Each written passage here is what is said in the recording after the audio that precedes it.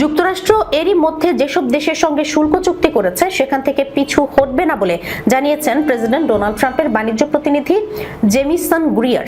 গত রোববার সিবিএস এর ফেস দ্য নেশন অনুষ্ঠানে তিনি বলেন, যুক্তরাজ্য, ইউরোপীয় ইউনিয়ন, জাপান, সুইজারল্যান্ড সহ প্রায় 20টি দেশের সঙ্গে গত 9 মাসে যে সমঝোতা হয়েছে, নতুন 15% বৈশ্বিক শুল্ক তার বাইরে।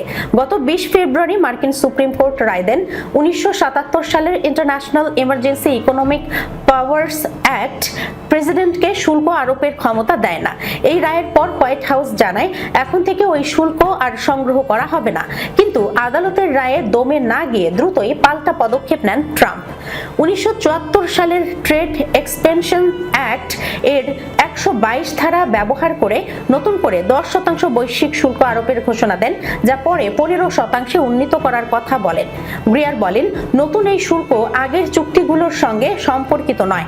তার কথায়, আমরা চাই অংশীদাররা বুঝুক এগুলো ভালো চুক্তি, আমরা এগুলো বজায় রাখবো এবং তাদের কাছ থেকেও একই প্রত্যাশা করি।